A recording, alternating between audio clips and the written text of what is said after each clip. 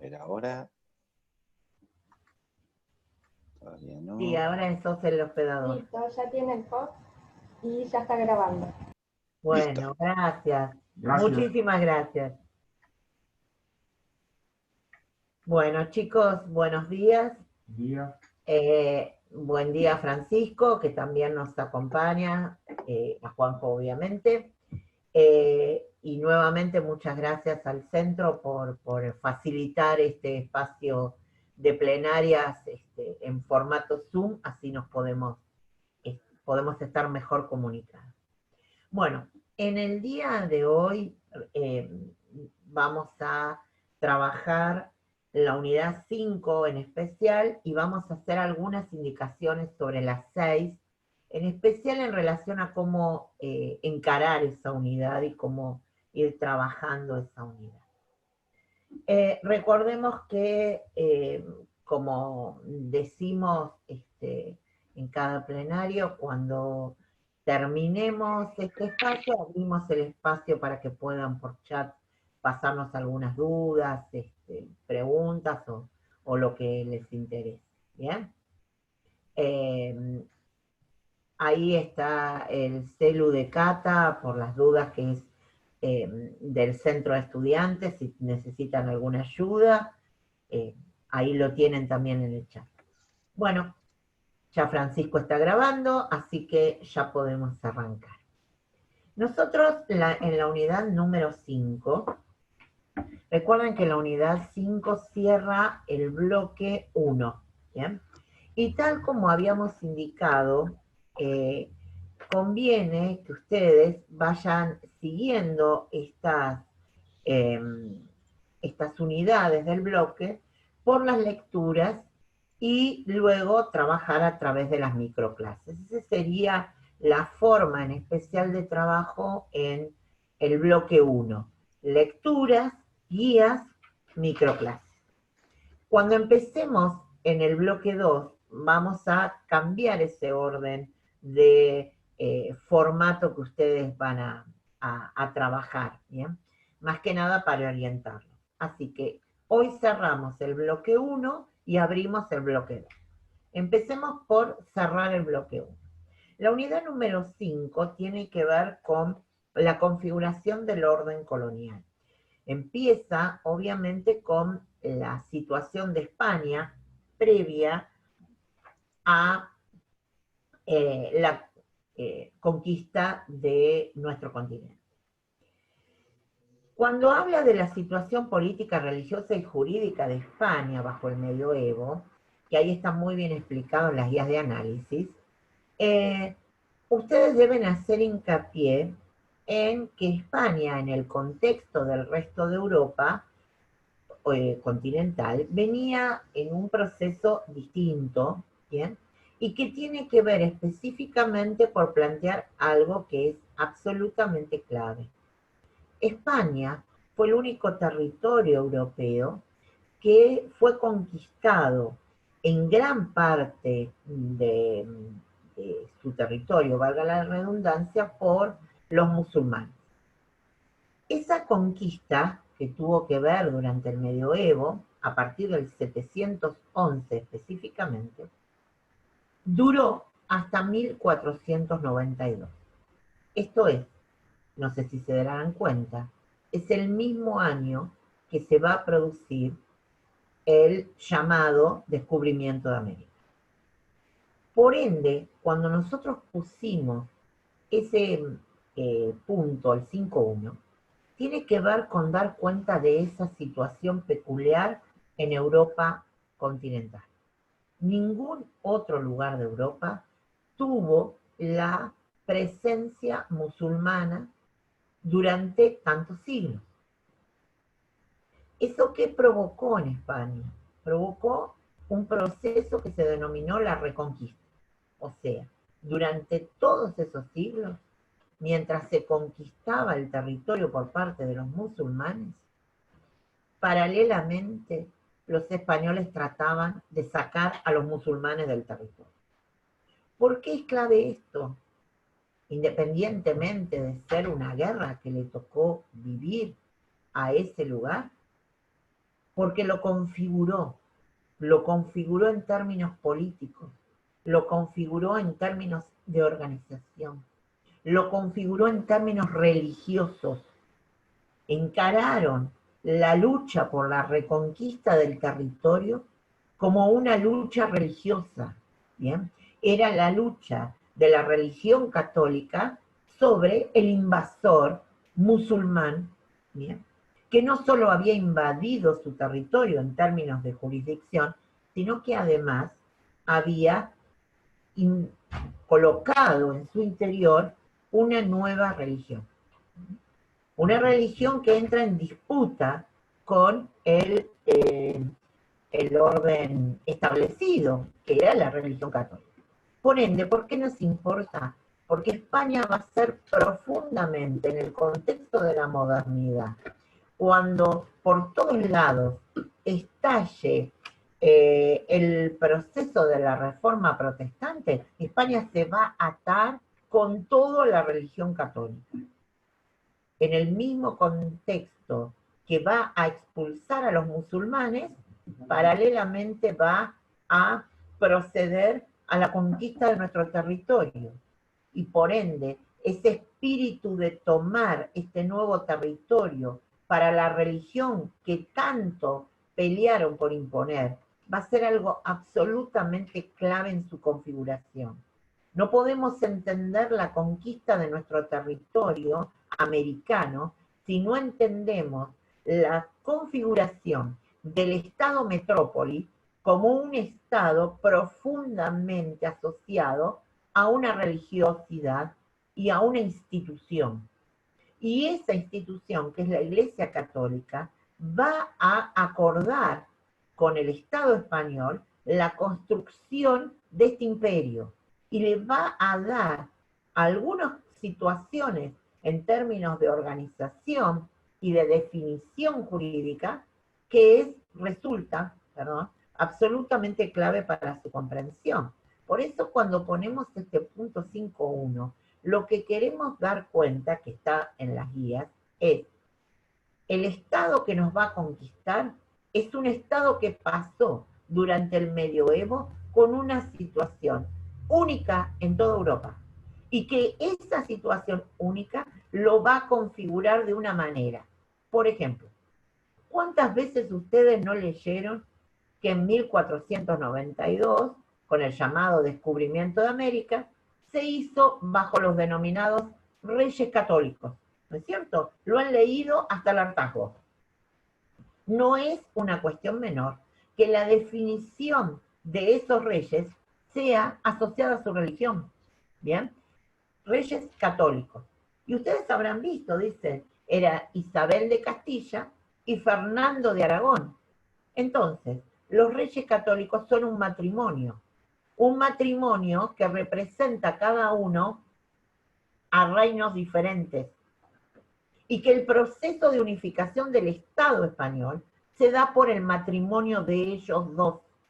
Fíjense que cuando estábamos en el punto 4.4 y el encuentro pasado decíamos, hay 3 lugares que se conforman como estados nacionales: Inglaterra, Francia y España. España se conforma como estado nacional en la medida del matrimonio de los reyes que a su vez congregaban los reinos más importantes, que eran Isabel de Castilla y Fernando de Aragón. El proceso de ese matrimonio, que los unió la configuración del Estado y jamás el amor, porque efectivamente no fue el amor la variable que los unía, ¿bien? Lo que sí es cierto es que se configuraban para cerrar el proceso de conquista del territorio. Ese matrimonio fue arreglado para cerrar y construir el Estado a propósito de expulsar al invasor musulmán. Cuestión que hicieron. En 1492 expulsaron a los musulmanes del último bastión que les quedaba en territorio español, que era Granada. Cuando los expulsan de Granada, bien, cierra el proceso de reconquista. Y a los pocos meses viene el fenómeno, digamos, de lo que ocurre con Colón. Ustedes, a propósito de esto, tienen en la selección de lecturas, en el aula virtual, en la unidad 5, tienen un ítem que se llama el derecho de India. ¿Bien? En ese texto, que en realidad es un texto que preparó la Universidad de Valencia, en ese texto ustedes pueden, que está tomado de un curso de derecho indiano, justamente, de lo que habla es del derecho de India, y específicamente de varias cuestiones, ¿no?, que ustedes pueden seguir. Y nos sirven para gran parte de la unidad, ¿no? O sea que siguen allí, tienen las guías y después también tienen una microclase sobre las instituciones. Lo primero que se plantea en esta unidad es lo que se llama los justos títulos.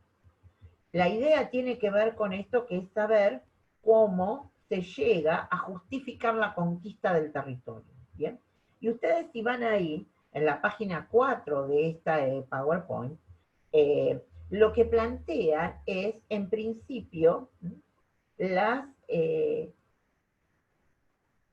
los problemas que origina la conquista. Y los justos títulos tienen que ver además cómo se cruza la cuestión con la iglesia. Justamente. O sea, en principio tienen la cuestión de la donación por parte del Papa, porque remite al periodo, a las características del periodo y a la práctica imperante. Todo territorio nuevo se suponía que todo era del Papa, y que el Papa a su vez donaba a algún estado para que, bueno, básicamente fuera conquistado para la religión. Bien, esa era la práctica de las bulas. La diplomacia de Fernando de Aragón es el que maneja la diplomacia con la Santa Sede para conseguir que a partir de las bulas sea conferido el nuevo territorio, ¿no? Ese territorio que creían que eran las Indias, que era el objetivo llegar a esa zona que estaba totalmente clausurado a su acceso por los turcos que habían conquistado toda Europa oriental en cuanto a la posibilidad de llegada.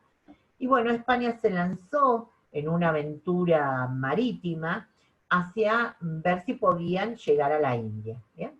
También lo hizo Portugal, digo, la aventura marítima, con la diferencia que Portugal efectivamente llegó a la India verdadera, digamos, y bueno, ya sabemos qué es lo que pasó con Colón y lo que encontró en el camino.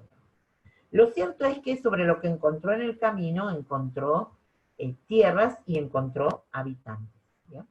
Ustedes acá en el PowerPoint tienen, por ejemplo, todo lo de las bulas papales, ¿bien?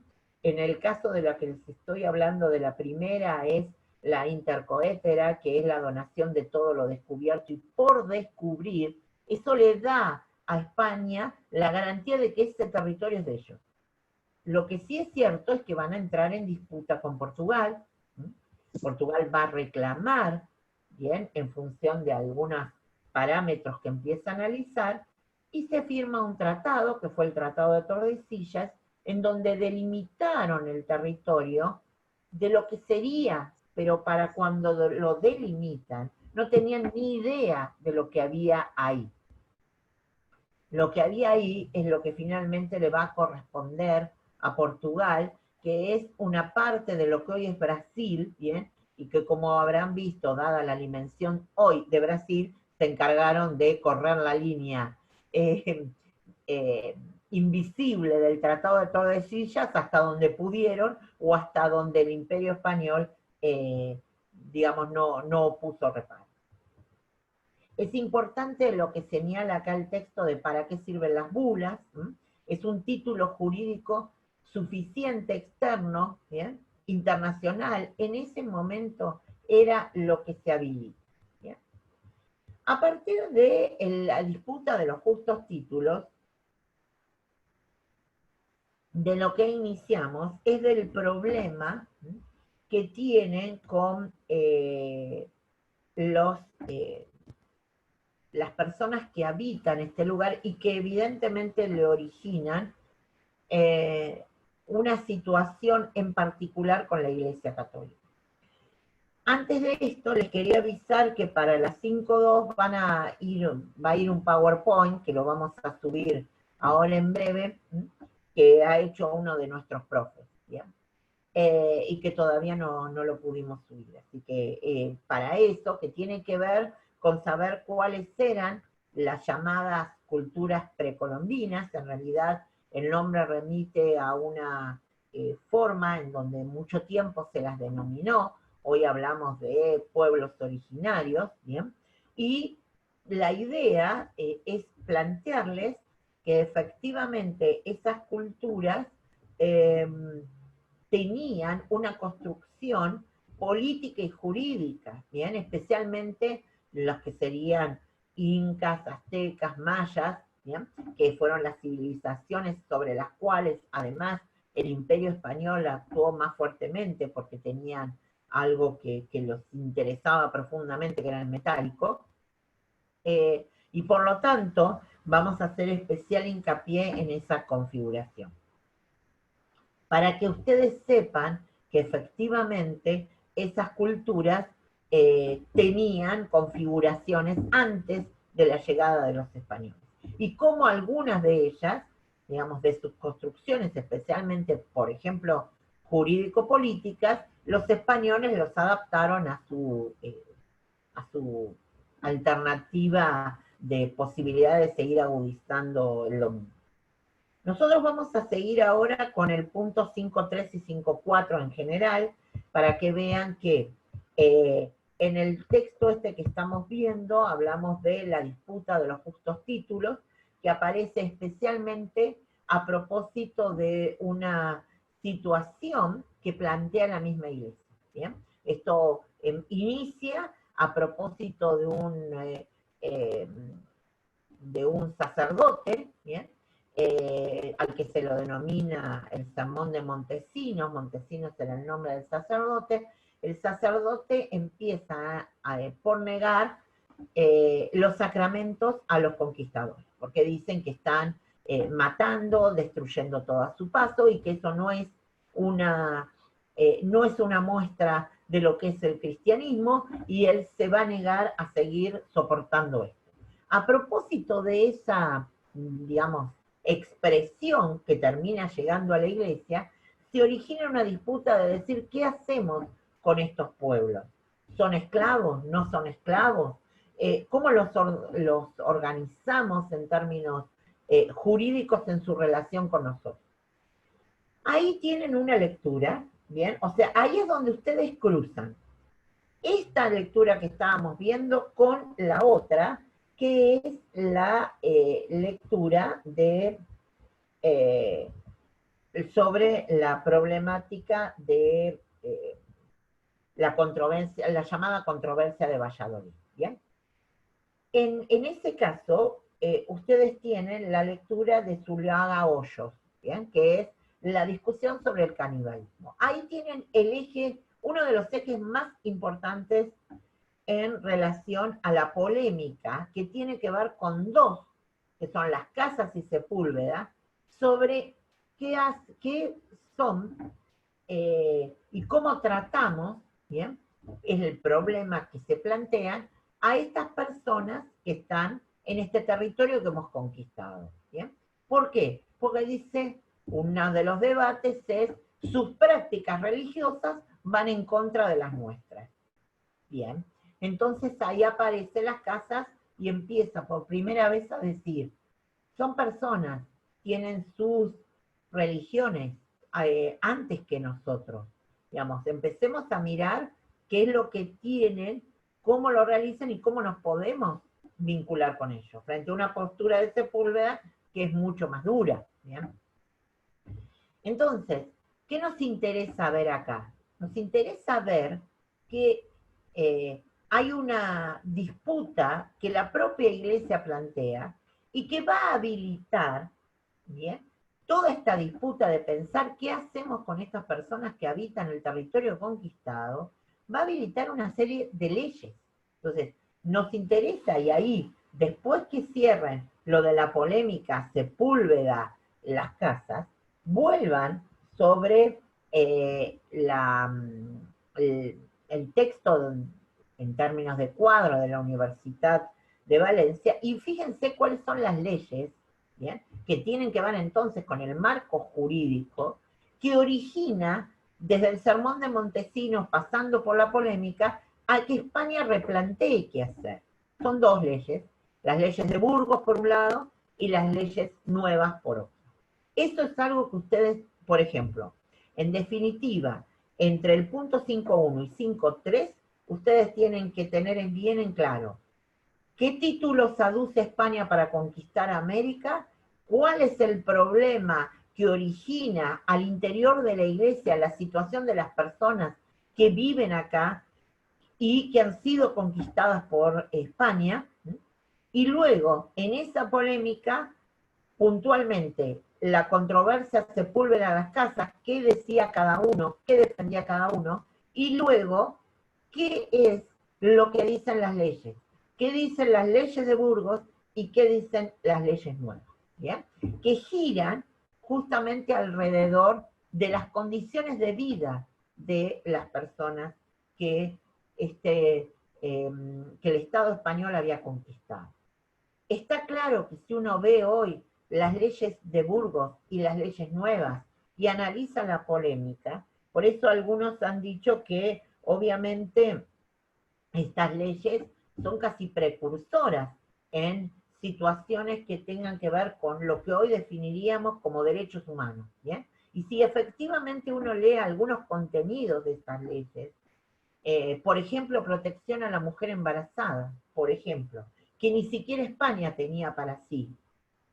La verdad que uno lee el texto de esas leyes y dice qué increíble que se pusieron a pensar en esos momentos sobre cuestiones que en el propio Estado español pensaba. El punto es la gran diferencia que existe entre la construcción normativa y la práctica efectiva de esa norma en territorio americano. Cuestión que efectivamente no se realizó por la oposición de los propios españoles residentes aquí, conquistadores aquí, autoridades aquí en América, que de ninguna manera pretendían cambiar el orden establecido. Entonces, mientras el imperio, junto con la iglesia, intentaba ver cómo resolver estos problemas, acá no querían saber nada con esa resolución y siguieron en las mismas prácticas que estaban instauradas, porque efectivamente era la consolidación también de su poder político y socioeconómico.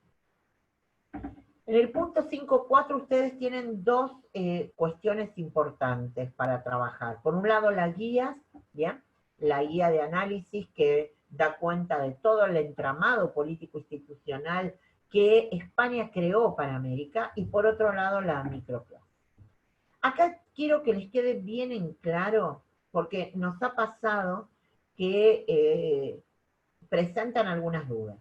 Las instituciones políticas del territorio colonial tienen algunas residencias en España y otras en el propio territorio colonial, ¿ya?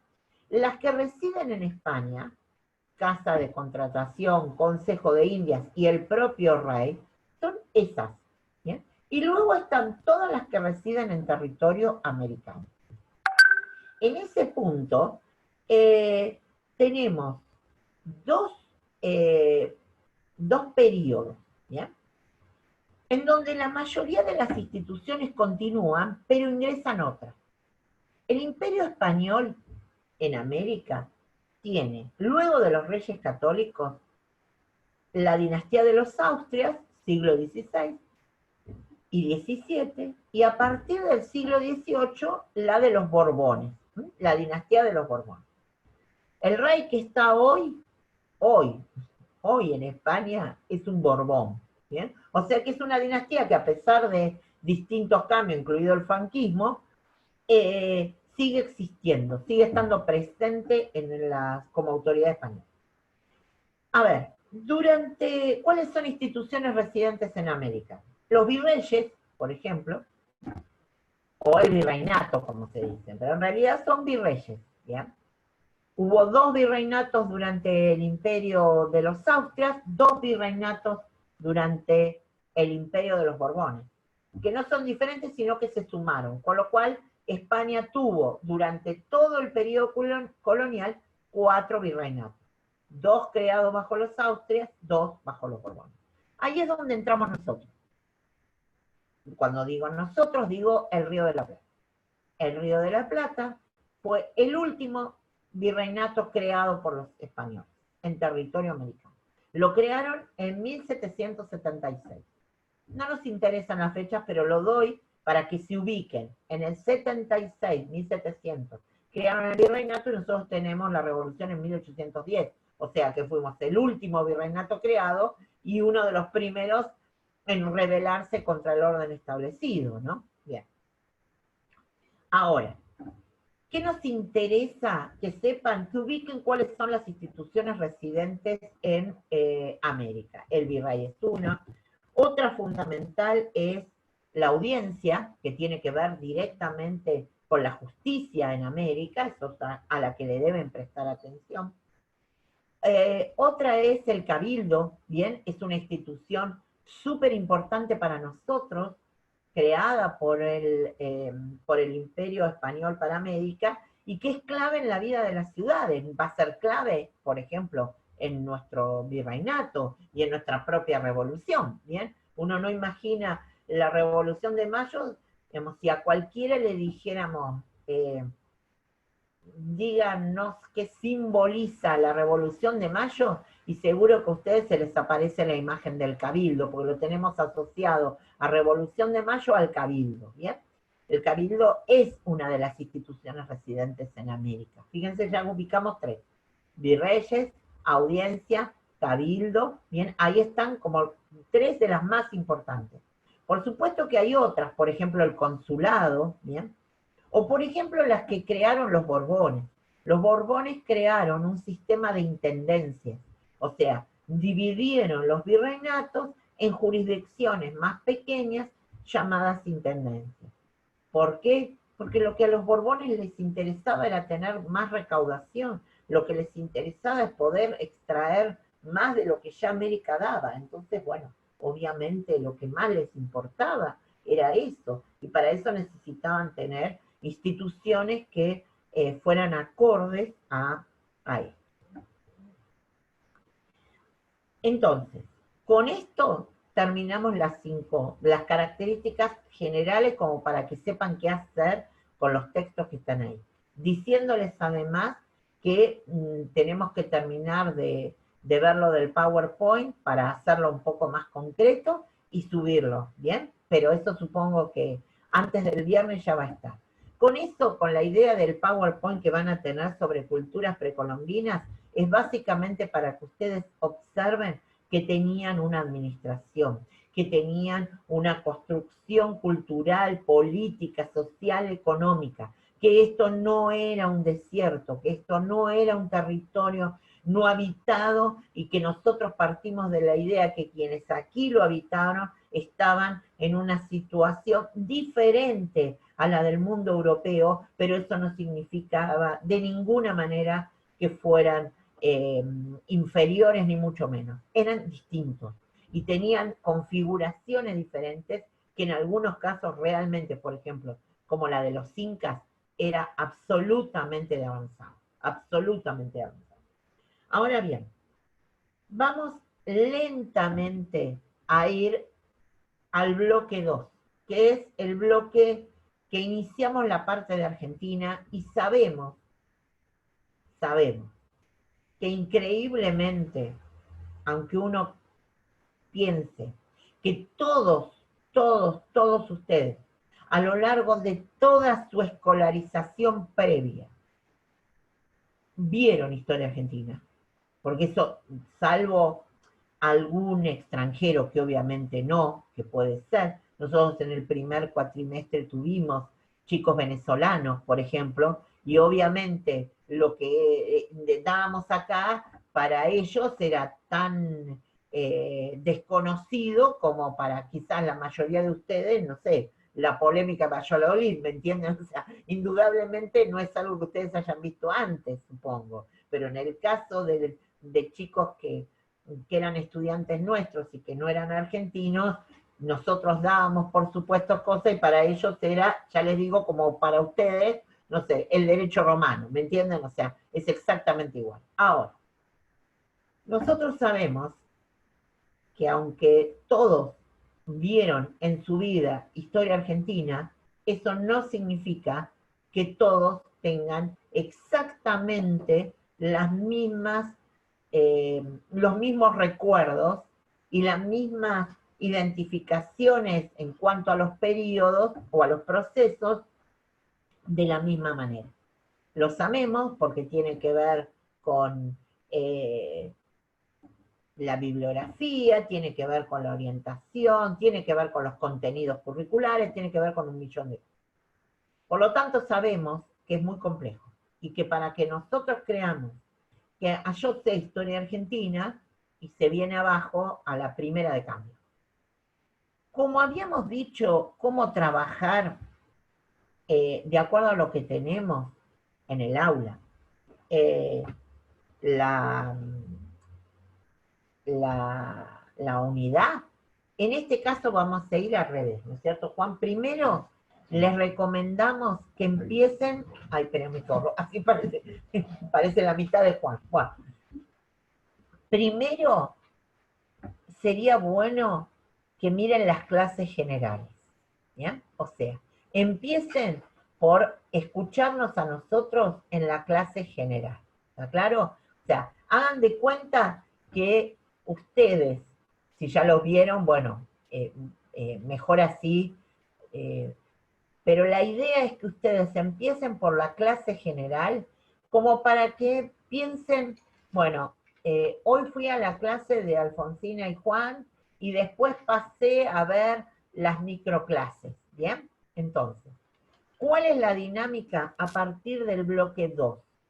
Empiecen por las clases generales, luego sigan con las microclases, a continuación tomen las guías y después vayan a la bibliografía general.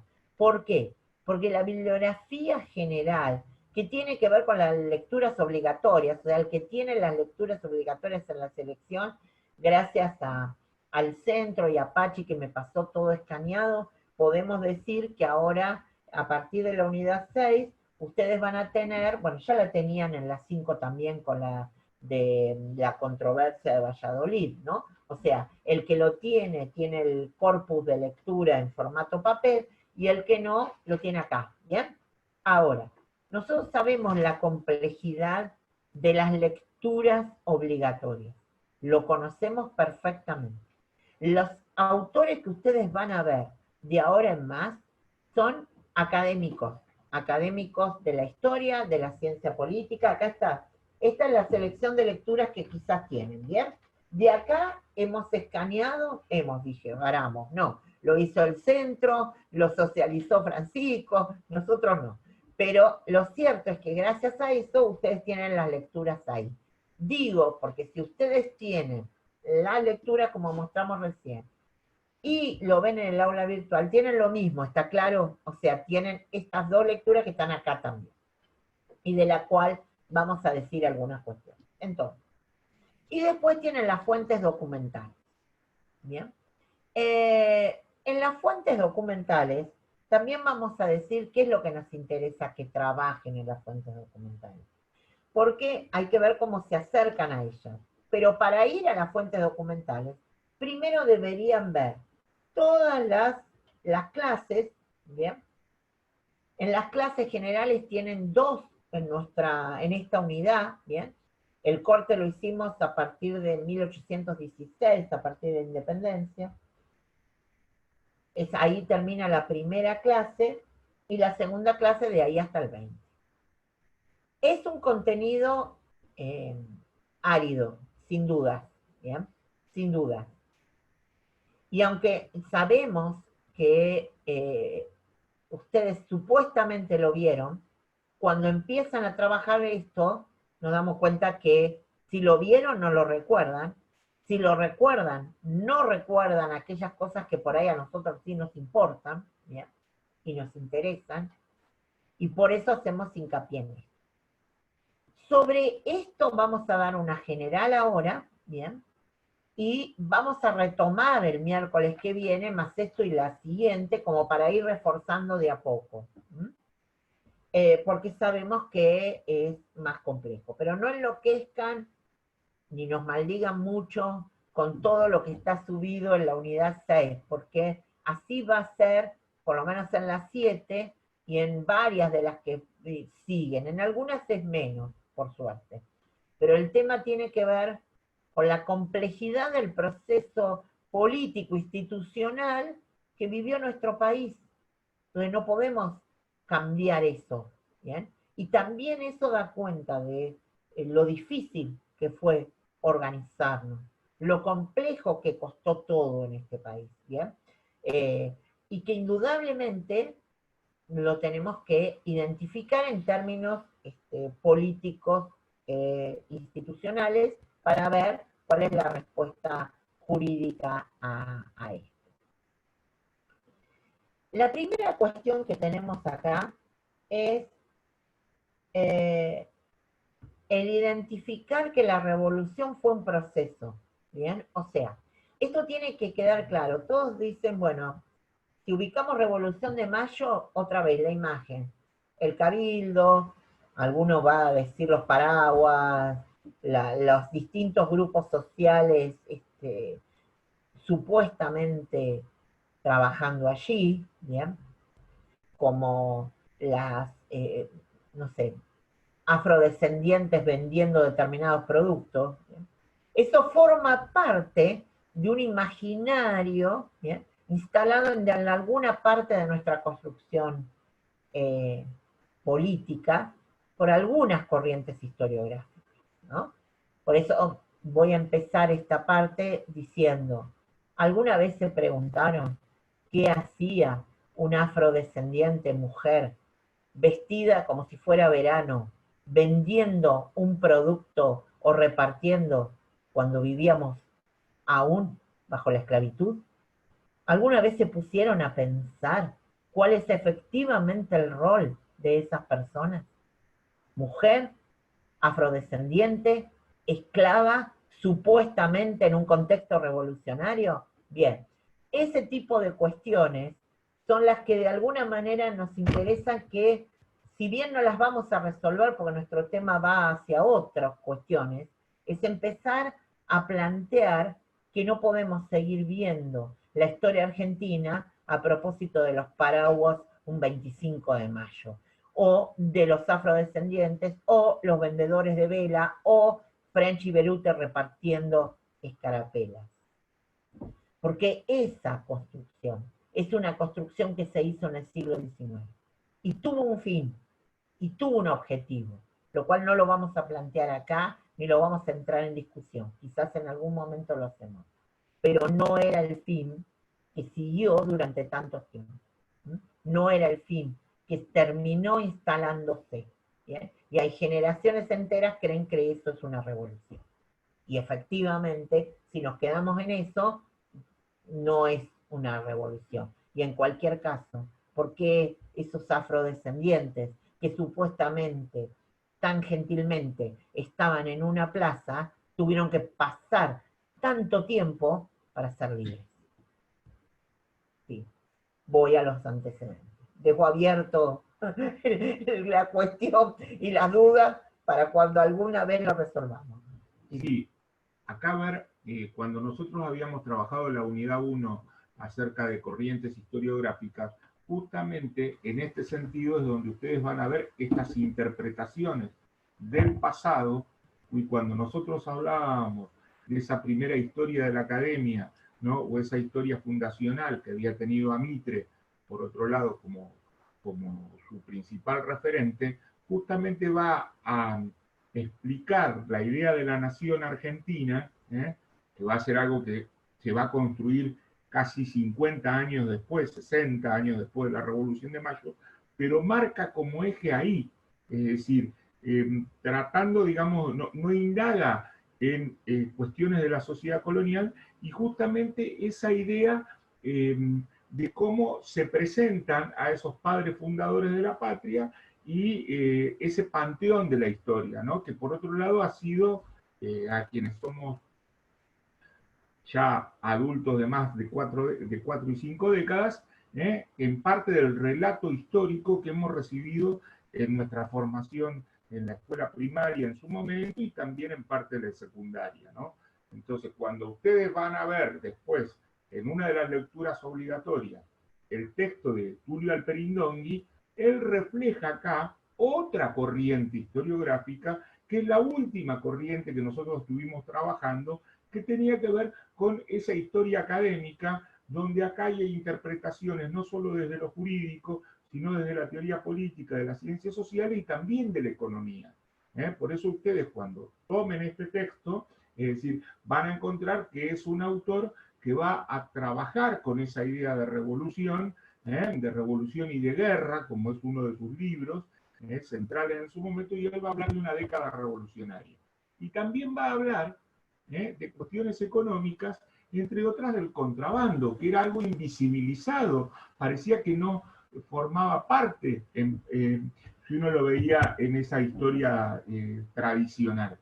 Pero ahí vamos viendo también cómo se va configurando esa sociedad colonial y qué pasa en esta primera década revolucionaria, como planteaba Alfonsina, donde va a haber un hecho central que va a ser las invasiones inglesas, donde va a marcar ahí una desestructuración, una crisis dentro de la sociedad porteña, en el puerto de Buenos Aires, que tiene que ver con lo económico y el lugar de los comerciantes, por eso él va a hablar de los mercantiles en su momento, es decir, pero ¿por qué yo hacía esta participación acá? Para que ustedes puedan ver cómo en este texto claramente hay otra interpretación histórica, que también tiene que ver de entender a la historia como una ciencia social, y que por otro lado va trabajando en nuevos aportes que muchas veces tienen que ver con nuevas fuentes historiográficas. Es decir, alguno de ustedes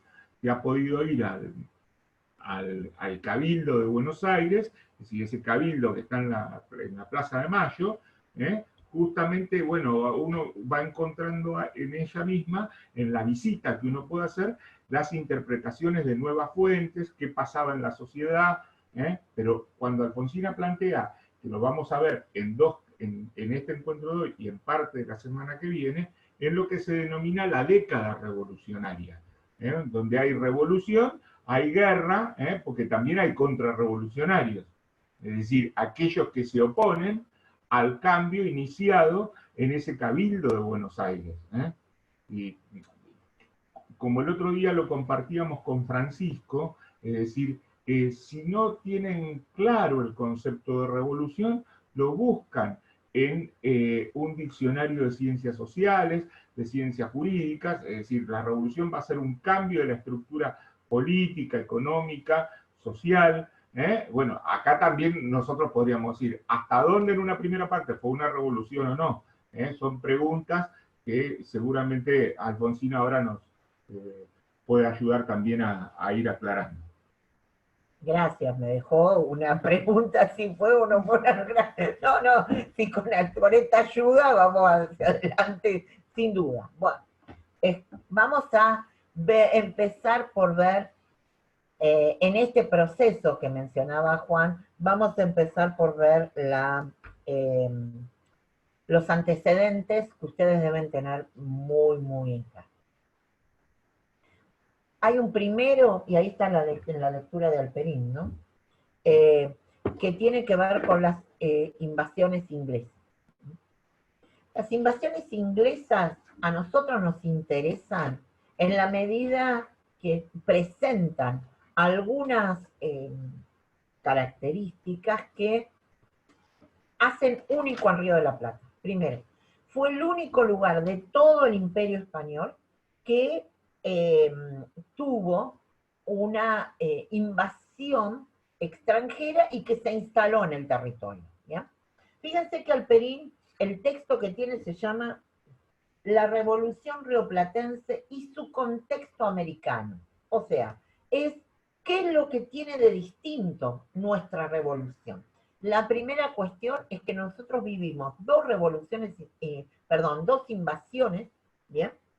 Muy cercanas en el tiempo, que cambió algunas configuraciones políticas, sociales y también institucionales. ¿Cuáles?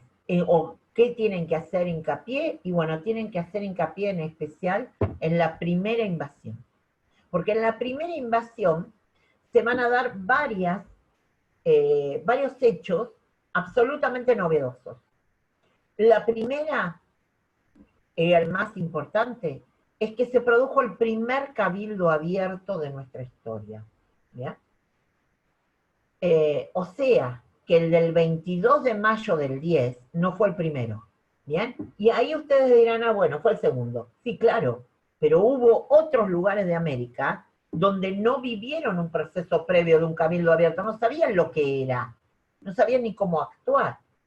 El punto es, ¿qué define ese cabildo abierto de 1800, digamos, previo al del 22 de mayo del 10, de las primeras invasiones inglesas, de la primera específicamente, que tiene que ver con cómo se actúa cuando el virrey se ha fugado, se quedaron sin autoridad, se reúnen en el cabildo y dice, ¿qué hacemos? No tenemos autoridad. El virrey Sobremonte se fue con los caudales porque le importa más preservar la recaudación que salvar a la ciudad y a las vidas de las personas que vivimos acá. ¿Qué hacemos con esto? Bueno, lo discutieron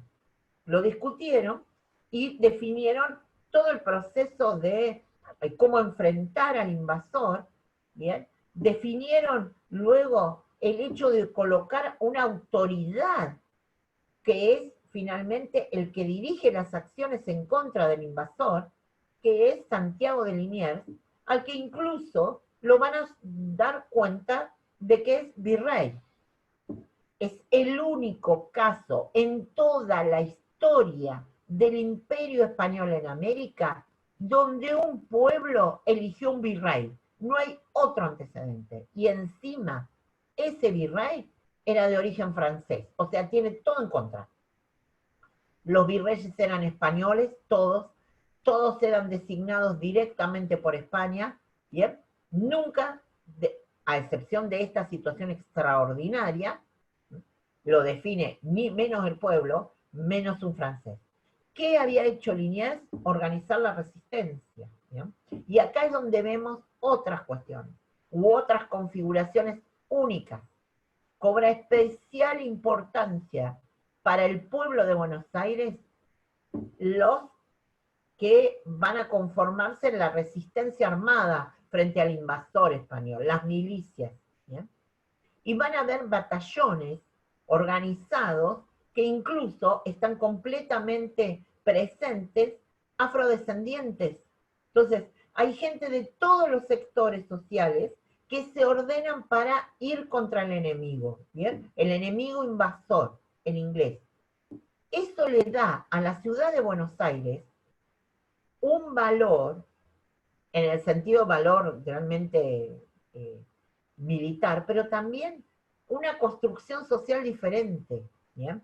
Y el español es visto, a excepción de los que se plegaron a defender, que fueron muchos también, a la ciudad de Buenos Aires, como la autoridad que se fuga, como el que importa es lo económico, no importa otra cosa. Entonces, Buenos Aires empieza a cobrar 4 años antes de la revolución un sentimiento y una organización y una posibilidad que ningún otro lugar de América tuvo. Y eso es clave. El otro antecedente fundamental es la crisis económica del 9. Superado el escenario de las invasiones inglesas, ¿bien?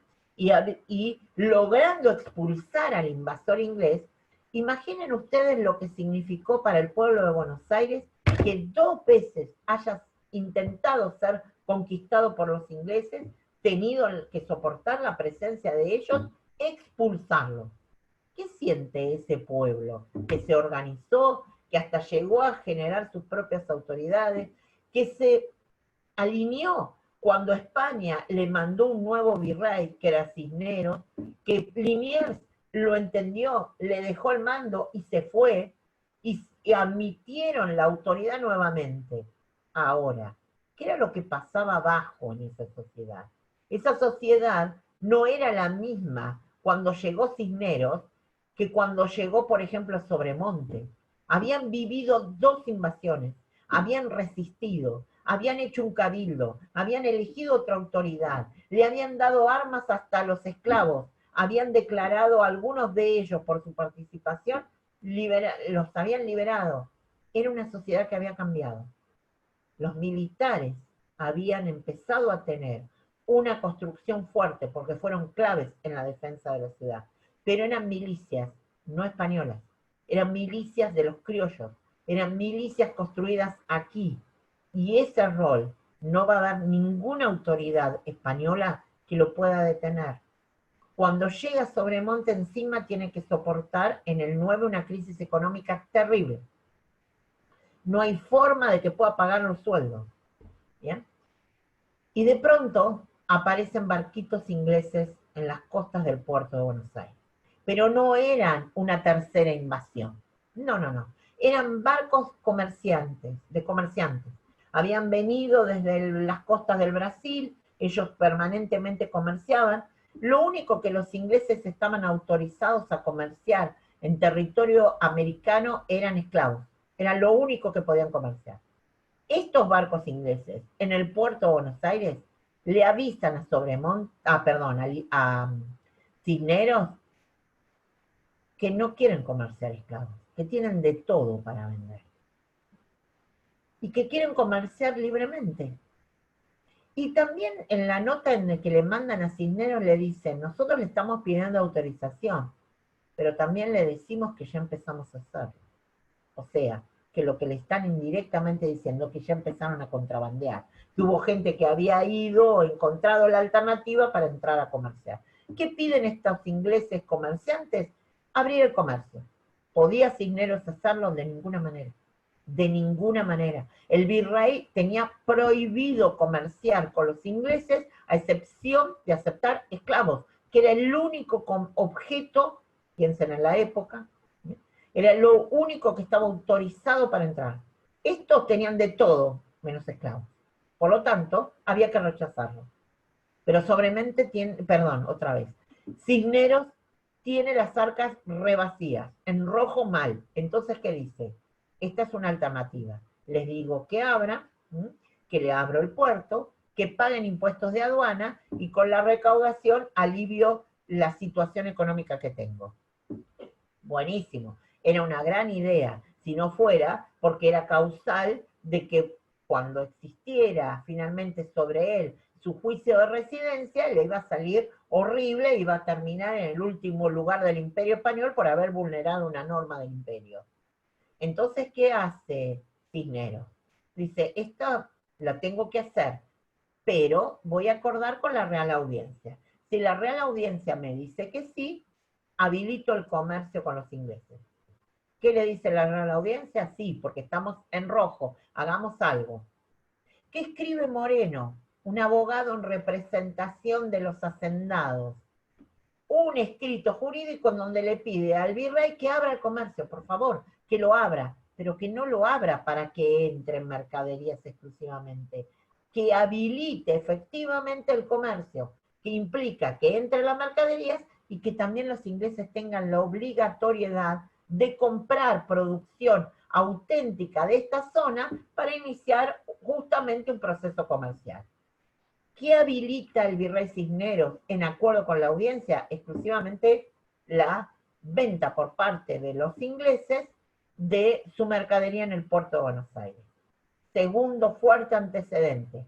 No hay ningún otro lugar en América Latina bajo el Imperio Español que un virrey autorizara el comercio con los ingleses. Ninguno, otra vez, único. Y encima, y no es menor, después de que nos invadieron 2 veces. O sea, no deja de ser algo bastante particular. Pero bueno, la necesidad obligó a Cisneros a hacer eso. ¿A quién le molestó profundamente que se haya habilitado esto a los comerciantes españoles, que tenían acuerdos con los puertos de España y que indudablemente la llegada de producción que traían los ingleses, que dicho sea de paso entraron a venir, que era un encanto, obviamente les arruinó en el sentido de que entraban en una competencia que ellos consideraban desleal su comercio. Por lo tanto, cuando llegamos al 10, la situación es grave, porque a Cisneros no solo los criollos no lo toleran más, parte de los españoles tampoco lo toleran más. Especialmente ¿quiénes? Los comerciantes. ¿Bien? Los comerciantes de origen hispánico que ven en él como una autoridad que los ha destruido. ¿Bien? ¿Por qué? Por habilitar el comercio con los ingleses. Ese es el panorama de los dos más grandes antecedentes que tiene el proceso revolucionario. Luego ustedes tienen el material para ver cómo se desata ese proceso revolucionario desde el 22 de mayo. Ahí es uno de los hechos que tienen que poner fuerte la mirada, ¿no? Es más, en el primero de los puntos de la unidad 6 habla de los debates del 22 de mayo. Esos tienen que seguirlos de acuerdo a la bibliografía, la guía, ¿bien? A también seguirnos en la clase. Tienen que tener bien en claro las posturas que se presentaron. No todas, pero obviamente algunas de ellas. Por ejemplo, deben saber qué sostuvo el obispo, por ejemplo, de Buenos Aires. Tienen que saber qué sostuvo Paso, ¿bien? Que da respuesta, ¿bien?, a otra de las posturas por el lado español, que es la de Villota, fiscal de la Real Audiencia, ¿bien? Es otra de las posturas que tienen que saber. Fíjense, ahí hay algunas de las que no pueden no identificar, ¿bien? Obviamente que dice, por ejemplo, Castelli, digamos, hay algunas posturas que deben quedar bien en claro y que son las que siempre hemos marcado, tanto en la clase como en la guía de análisis, ¿bien? Que tienen que ver como sobre qué se discute. Se discute si el virrey debe ser reemplazado, y en tal caso, al ser, digamos, la definición del cabildo es sobre una junta. Fíjense lo complejo que es nuestra revolución, que lo que generalmente llamamos primera junta es la segunda en realidad, porque el 24 hubo una primera, presidida por el propio ex virrey, que fue desestimada y provocó el hecho revolucionario del 25, cuando aparece la Junta Provisional de Gobierno. Acá voy a hacer un alto para empezar a aclarar, ¿bien?, que queremos que se manejen por las definiciones que se correspondan. Si uno ve, por ejemplo, los documentos, ¿no?, de la Junta y observa cómo se firmaba, por ejemplo, Mariano Moreno no es el secretario de la primera junta, es el secretario de la Junta Provisional de Gobierno. ¿Bien? Luego, ¿qué sigue? La Junta Superior de Gobierno. ¿Cómo la llamaron coloquialmente? Junta Grande. A veces a nosotros también se nos escapa porque es lo que coloquialmente está instaurado, pero no es lo que corresponde. ¿Bien? Es Junta Provisional de Gobierno, Junta Superior de Gobierno, primer triunvirato, segundo triunvirato, Asamblea General Constituyente del año 13, directorio, Congreso Constituyente. ¿Bien? Ahí vamos a ver otra vez. ¿Cómo se llama generalmente el Congreso Constituyente? El Congreso de Tucumán.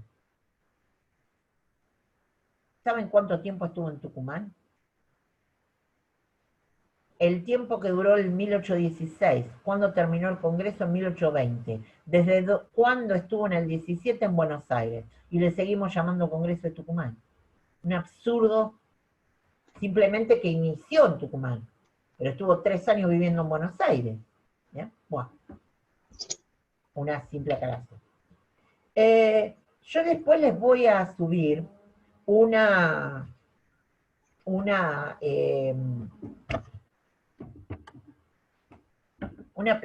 Francisco, ¿me podés pasar una placa a ver si puedo compartir el host, a ver si puedo compartir?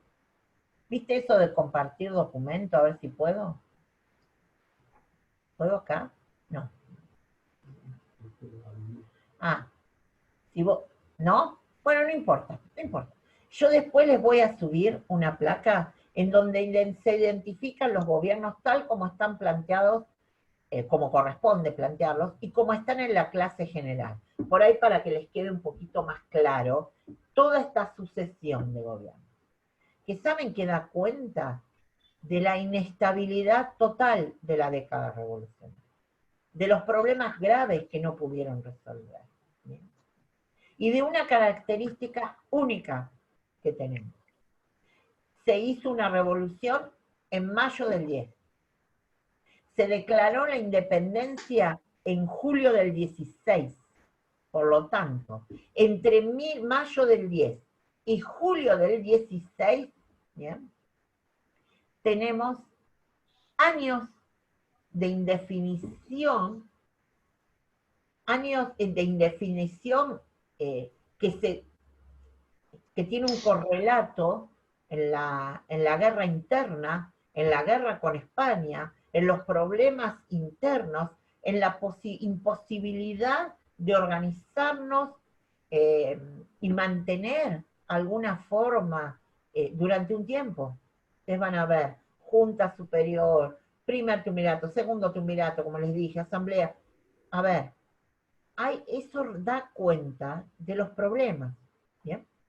Entonces, sigan las guías, las clases generales primero, luego vayan a la guía de análisis y van a completar todo. Yo les voy a subir después de la segunda plenaria la placa, pero ahora quiero dejar algunas cuestiones que me parece que deben conocer fuertemente.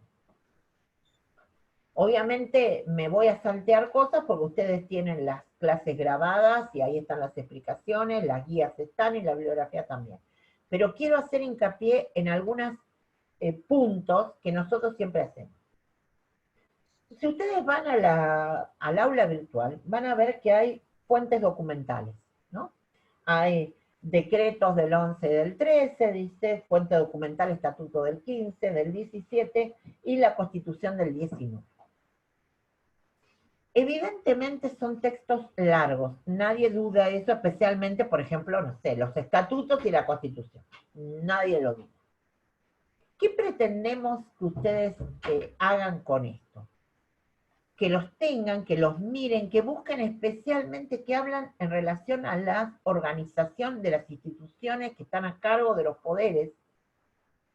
Eso es lo que nos importa. Porque el problema de la década revolucionaria, entre otros tantos, es que al haber tenido que pasar tanto tiempo hasta definir la declaración de la independencia, luego el paso siguiente, que es la Constitución, costaba ya otro paso más. Entonces, ubiquémonos en el 13. Como punto de quiebre, y voy a trabajar algunas cuestiones en el próximo plenario el miércoles que viene, una vez que hayan leído, visto las clases y demás, podemos volver a reforzar. Pero tomo el 13. ¿Por qué el 13? Bueno, el 13 se hizo la Asamblea Nacional Constituyente de 1803. Bueno, ¿para qué se hizo? ¿Cuáles eran los objetivos? Declarar la independencia y sancionar la Constitución. Fueron los diputados que hubo problemas, por ejemplo, con los diputados de la banda oriental, ¿bien?, que fueron rechazados porque iban con instrucciones mucho más claras y precisas. No, la primera era, acá lo que primero tengo que hacer es declarar la independencia. ¿Y cuál es el punto? Empiezan a discutir al interior y hay un grupo que indudablemente define mantener el statu quo, no avanzar sobre la independencia. Hacía 3 años que teníamos nuestra propia organización, pero no teníamos una declaración de la independencia. ¿Avanzamos en algunas cuestiones en la Asamblea del 13? Sí, avanzamos y mucho. ¿Bien? Avanzamos en una cuestión identitaria simbólica, que me permito hacer algo en particular, porque da cuenta de lo contradictorio de la época, ¿no? Que hoy lo podemos ver como contradictorio, pero está claro que no podían resolver esto. Primera cuestión. Si alguna vez ustedes, estaba buscando a ver si tenía alguna, pero acá no tengo ninguna. Si ubican una de las monedas de un peso que hoy circulan, alguna de las monedas, no las chiquititas esas que se nos pierden automáticamente, sino las primeras de un peso. ¿Bien? Si tienen a mano, esa moneda de un peso es la reproducción, se tomó sobre la primer moneda patria hecha en la Asamblea de 1813. Definimos una moneda. Eso es algo identitario, ¿bien? Especialmente porque como ya empezamos mal, tomamos las que estaban en circulación y le limaron la cara del rey, ¿bien? Siempre fuimos evidentemente pobres en términos económicos financieros, lo nuestro no fue de creces, clarísimo. Tenía que borrarle la cara al rey para poder entrar en una moneda en circulación. Pero ¿por qué digo lo simbólico? Una es empezar con una moneda usada de la anterior gestión, digamos, y borrar la cara, no es que haga una nueva y parecida, no, le borro la cara porque no tengo ni para hacer una nueva. Pero ¿qué es borrar la cara del rey? Es eliminarlo, ¿me entienden? De lo cotidiano, ¿me sigue la idea? Eso es identitario. Entonces, yo veo una moneda y veo que dice Provincias Unidas, veo que da... ¿Y el rey dónde está? No está. Porque el rey ya hace 3 años que no es nuestra autoridad. En términos de identidad, pero todavía no declaramos la independencia. Y ahí viene el rollo raro. Pero para ser todavía más especiales, declaramos la importancia de los símbolos como la bandera, la escarapela, el escudo y hasta, ya que estábamos, el himno nacional. Si ustedes leen el texto completo del himno nacional, indudablemente es para que dar cuenta de que estamos surgiendo, como dice el himno, una nueva y gloriosa nación. ¿Bien? ¿Qué cantamos aún hoy? ¿Bien? Oíd mortales el grito sagrado, libertad, libertad, libertad. Si uno escucha ese himno, dice, bueno, listo, es la declaración de independencia. Bueno, ahí tuvimos un problemita, la tomamos 3 años después, pero mientras tanto cantábamos el himno, larguísimo, en donde, por ejemplo, uno de los párrafos del himno da cuenta de todos nuestros triunfos contra los españoles.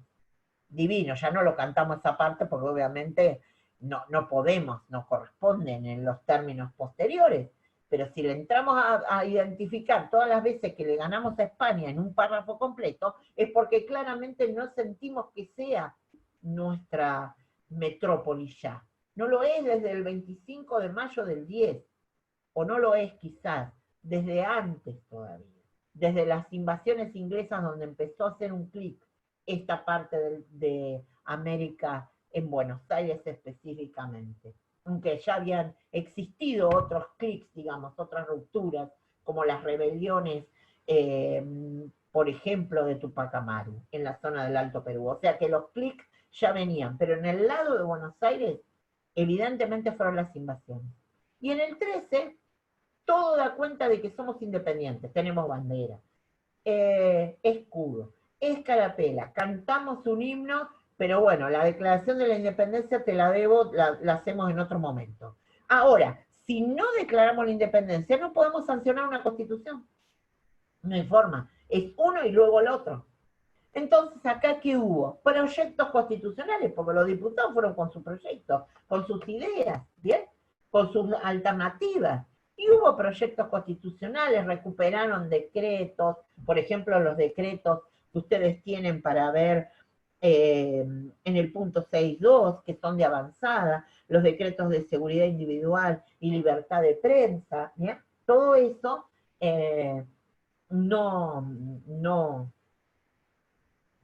no había sido concretado en un espacio mayor, digamos, y en una normativa mayor. Estos decretos fueron dados en función de una junta que los planteó y que realmente fueron muy, muy importantes.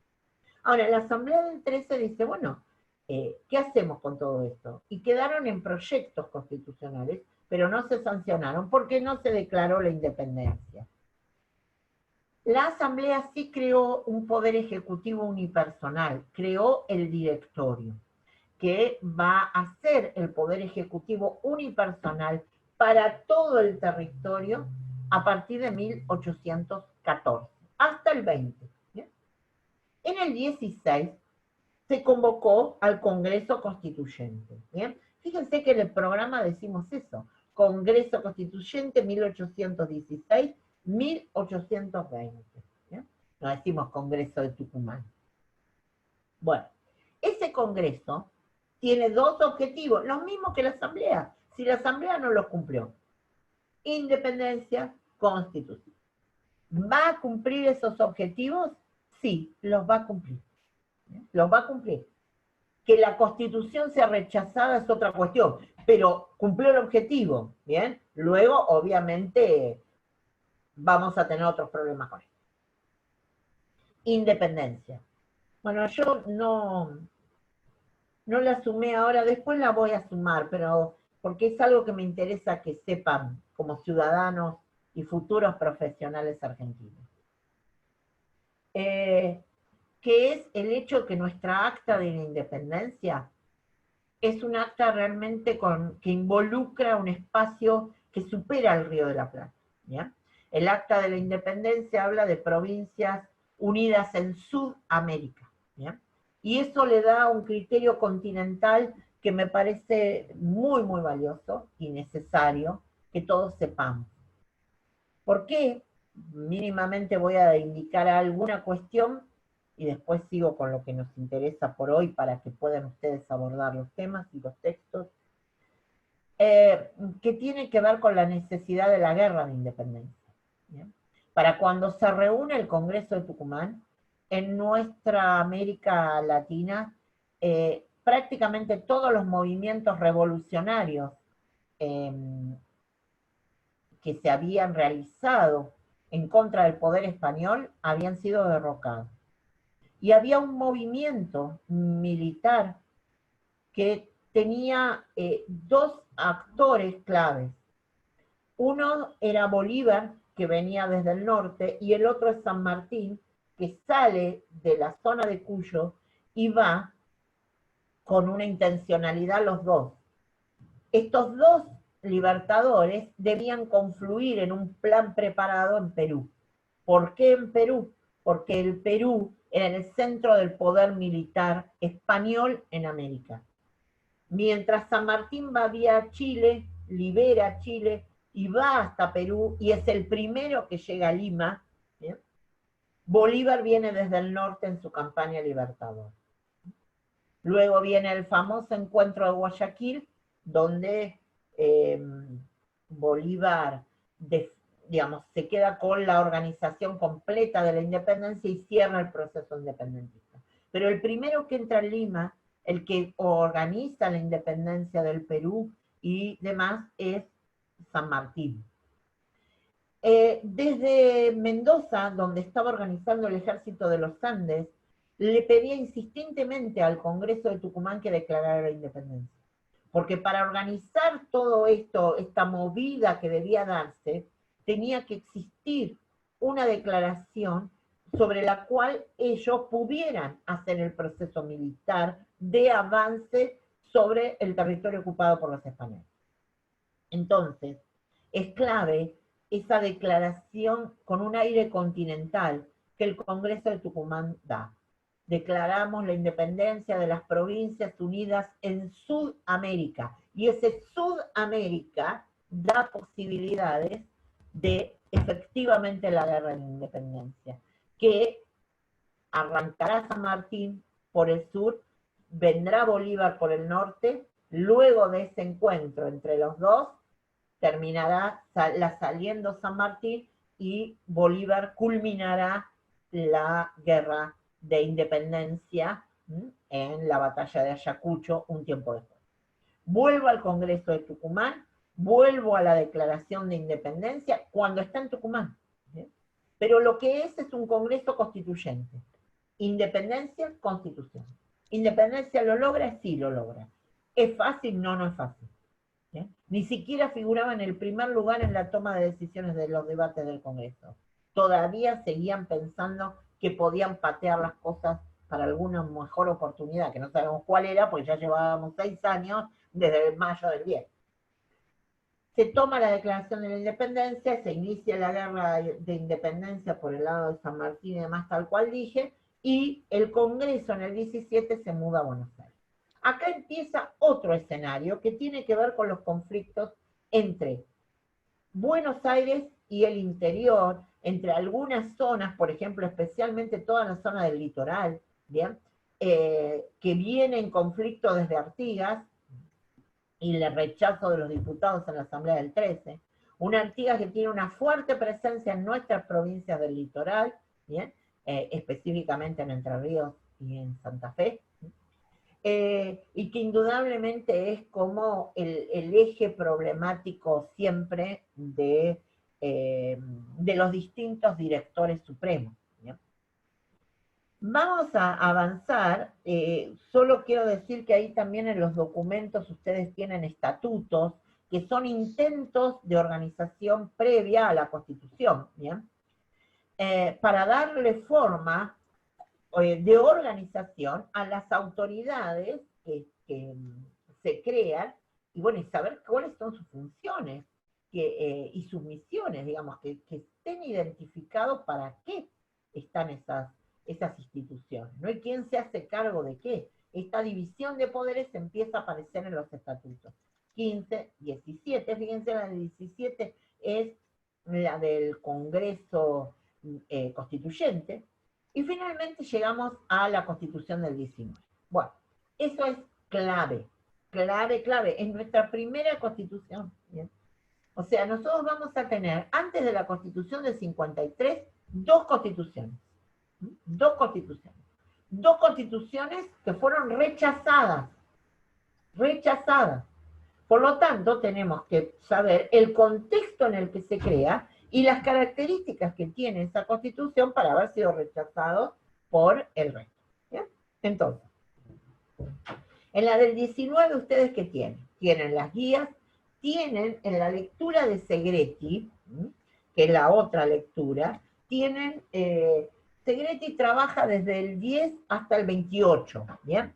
Ojo con esto, ubiquen, para la primera parte tenían que ir hasta el 20, porque después viene lo de la unidad 7, ¿bien? Mientras lo vayan identificando y definiendo, no hay ningún problema. Tienen las guías y tienen una microclase específica de la Constitución del 19, ¿bien? O sea que, y tienen el documento.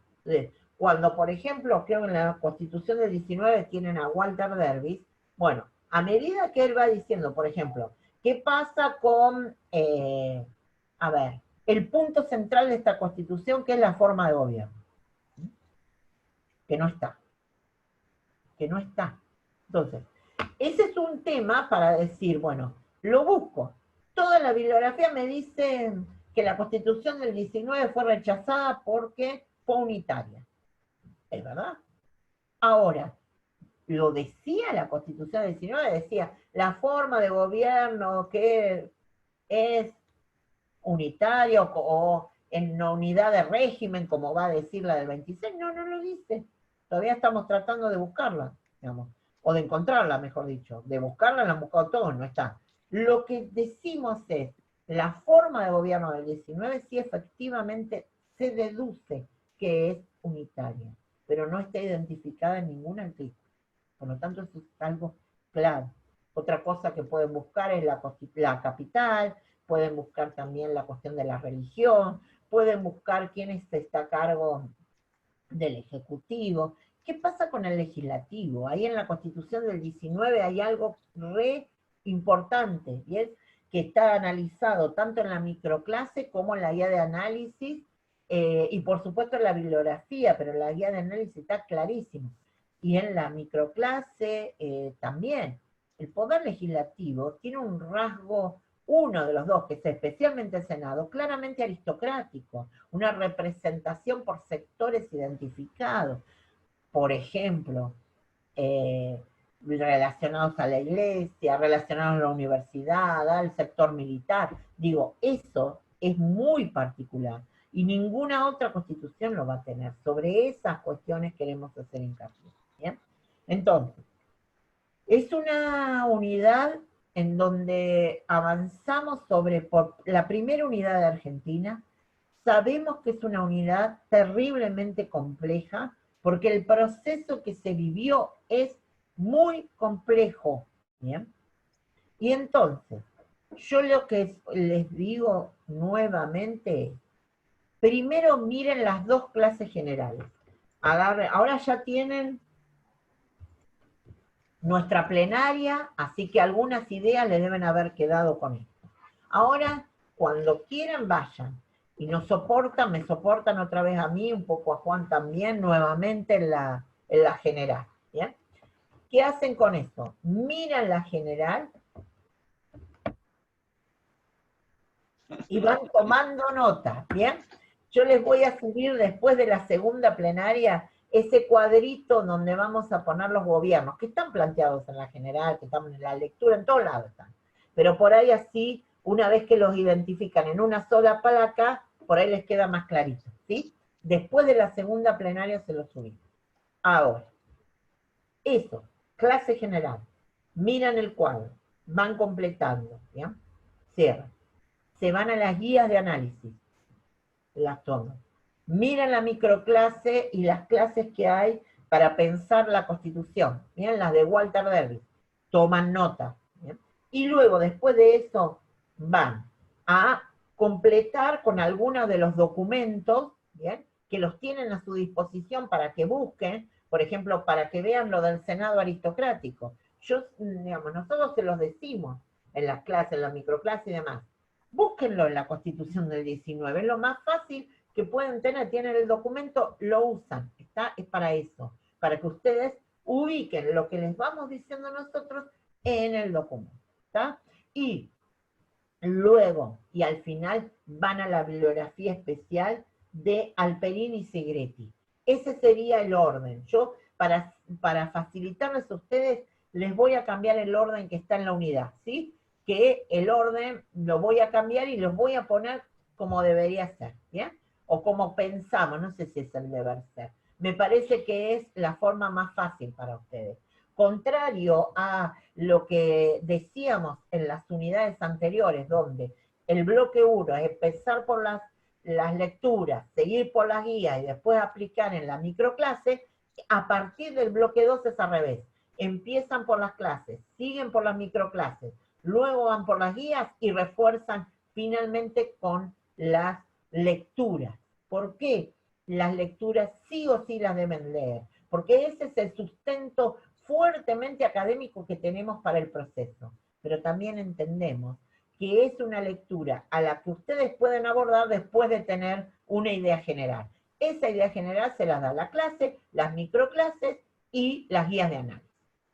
En este sentido, espero que no suene paternalista, digamos, son sugerencias que nosotros le estamos dando en cómo trabajar este material, que son textos académicos, es decir, ustedes ya tienen un recorrido, la mayoría de por lo menos un cuatrimestre dentro de la facultad, pero a su vez para prevenir en el sentido de cómo es la instancia de la evaluación. Por lo tanto, deben trabajar con los textos, marcar las ideas principales, es decir, no alcanza solamente con que ustedes desgraben la microclase, porque ustedes tienen que hacer un proceso, y ese proceso es un proceso individual, es un proceso de lectura, de identificar categorías principales, ideas principales e ideas secundarias, que luego les va a llevar a una comparación, cuando nosotros la pedimos o no, pero van a poder tener niveles metacognitivos en el sentido de poder llegar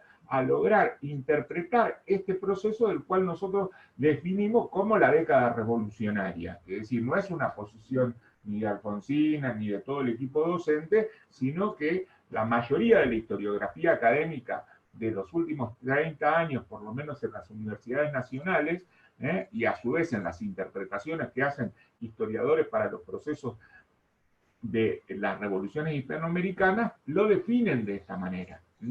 Entonces, ustedes hacen ese ejercicio, como les iba diciendo Alfonsina, de ir marcando. Pero ese ejercicio lo tienen que hacer. No es un ejercicio que alcanza solamente con una desgrabación, porque esto no es una serie de streaming. Nosotros estamos utilizando, porque cuando uno ve una serie de Netflix, es decir, si yo les pregunto a ustedes qué estuvieron viendo y le decimos, no, mira, nosotros estuvimos viendo Borgen, y yo te voy a dar, sí, una serie danesa que habla de una mujer que es primer ministro, pero te doy cosas muy sueltas, porque me puse a verla. La acción de estudiar requiere un tiempo que ustedes deben sentarse, que requiere nivel de concentración. Entonces, otro ejercicio, porque más allá que ustedes al momento de la evaluación van a tener el material, si ustedes no tienen el material trabajado y sistematizado, es decir, no les alcanza, porque la respuesta requiere otras cosas. No es solamente que nosotros les vamos a pedir quiénes integraban el primer triunvirato y el segundo triunvirato. Es decir, no, puede haber una pregunta mucho más sencilla que otra, porque uno también sabe por el tipo de tiempo, pero no es el sentido. Hago esta aclaración para que cierre en el sentido de, como decía Alfonsina, digamos, es como una guía de cómo leer los textos, o una guía de cómo trabajar esta primera unidad temática, es decir, teniendo en cuenta que el eje de la asignatura, es decir, por eso hay mayor cantidad de textos en este sentido, es en el área de la historia constitucional argentina. Nosotros en otro periodo histórico hemos dado una bibliografía, pero bueno, si uno ve la cantidad de siglos, digamos, es claro que nosotros ahí hemos hecho una hiperjerarquización de contenidos, porque también requiere el tiempo. Pero bueno, esto es un poco de esa guiada que Alfonsina, bueno, va a reformar cómo están ubicados los archivos de clases, lecturas y guías. Y la última cuestión, digamos, estas cuestiones que hacen a la vida de un estudiante universitario. Si a vos te ponen lectura obligatoria, es porque esa lectura va a aparecer. Entonces después no me puedo sorprender. Es decir, como dijo Pachi en la clase anterior, o lo que circula, digamos, yo después no me puedo enojar con Hilda Sábato. Digamos, no es muy simpática. Yo, digamos, he compartido alguna clase que nos ha dado en algún momento, una excelente investigadora, pero bueno, digamos, era lo más jerarquizado que había para ese momento, para ese periodo. Como Alperín no es tampoco un autor que sea fácil, por eso lo que decimos es, lleguen a Alperín después de haber hecho todo el recorrido, entonces aquellas cuestiones que plantea este autor y que son realmente muy valiosas, les van a poder encontrar un sentido mejor, ¿me entienden? Si ya lo leyeron, buenísimo. Ahora véanlo nuevamente después de ver lo que hemos planteado, ¿sí? Entonces, si les aparece en una pregunta del parcial, por ejemplo, alguna de las ideas así como fuertes de Alperín, y ustedes digan, ¿y quién es Alperín? No, ya tienen que saber que el texto que se dio en la 1 fue de Alperín Dongui, ¿bien? Como el de Segretti, o sea, tienen que también acostumbrarse a quiénes son los autores. Lo que decimos de Hilda Sábato es que todo el mundo en el primer cuatrimestre la detestaba porque no ubicaba el texto de Sábato y no sabía ni cómo buscarla en todos los resúmenes. Entonces, ¿dónde empieza Sábato? Me acuerdo incluso en la segunda parte del programa que la primera pregunta que apareció cuando volvimos después del primer parcial es, uy, está otra vez Sábato. Parecía como si fuera una tortura. No, bueno, esa autora, que les va a aparecer a ustedes también, pero tienen que estar familiarizados. Por ejemplo, si yo les digo, de acuerdo al texto de Zuloaga Hoyos, trabajen la postura en 5 renglones, la postura de las casas. Lo que les estoy remitiendo es a la lectura de la unidad 5 sobre la discusión sobre el canibalismo. Si ustedes lo tienen en claro, hicieron los resúmenes, o incluso se hicieron como una guía identificatoria, cuando llega el parcial, como ya les dije, este no es un parcial que ustedes puedan hacer de memoria.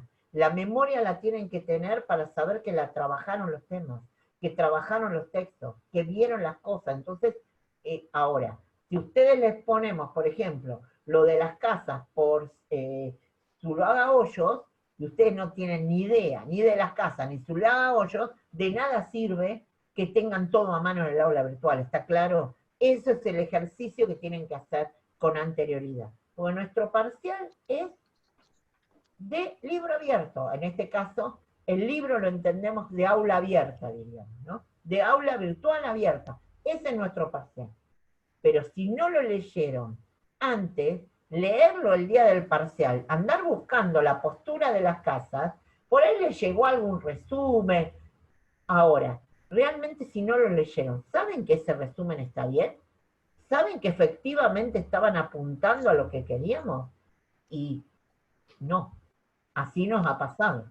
Entonces ahí aparece, o digamos, nos da a todos, la situación de examen nos pone en otro lugar, en una situación en la cual nosotros no tenemos el diálogo, de decir, levanto la mano en la presencialidad y decir, profesor, me vuelve a explicar la consigna, por lo tanto las consignas están mucho más dirigidas y precisadas en ese sentido, no son consignas tan abiertas como se da en el espacio de un examen presencial, en este sentido, pero esto también requiere ese trabajo que dice Alfonsina, es decir, yo tengo que tener mis propios archivos, ya sea en formato papel, en un cuaderno, en una carpeta, es decir, pero lo debo tener. Entonces me agarra la desesperación y todos tienen grupos de WhatsApp, es decir, porque, digamos, tenemos hijas que son estudiantes universitarias, no cursan Derecho, es decir, pero somos adultos mayores, pero... no tan mayores. No tan mayores, pero bueno, en este sentido, entonces, lo que anda dando vuelta, lo quiero meter y lo pego, con tal de que no quede. Y también hay una fantasía, que se lo decimos ahora, digamos, es decir, este equipo docente, donde tenemos todos roles, en el momento es decir, el momento de la corrección se despliega y trabajan todos los docentes, y tiene 2 y 3 miradas la propia producción de ustedes. Digamos, va pasando por diferentes miradas en ese sentido. Entonces, no es que yo pego cualquier cosa y el docente, como me aparece como que está respondido, es decir, y es lógico que a veces esto viene de la historia justamente, en el imaginario, en la mentalidad de lo que antes se denominaba el imaginario de pasillo, ahora no hay imaginario de pasillo, es el imaginario del grupo de WhatsApp, porque no estamos habitando el pasillo de la facultad, o el meme, en este sentido que nosotros lo miramos, no que yo pego cualquier cosa, porque ahí es donde aparece, reitero esto, no responde lo solicitado. Ustedes se enojan, se acuerdan de mi abuela, de mi mamá, y bueno, ni hablar que nosotros dos, digamos, tenemos la digamos doble. La digamos doble, ¿no es cierto? Entonces, ahí es donde no responde a lo solicitado. Es peor que si... Una bomba, si le hubiéramos lanzado una bomba, nos agradecen. Pero bueno, entonces, ese ejercicio es previo. Vamos a empezar a partir de la actividad 2. Vieron que en la 1 ustedes tuvieron verdadero o falso, son cosas que van a aparecer en el parcial.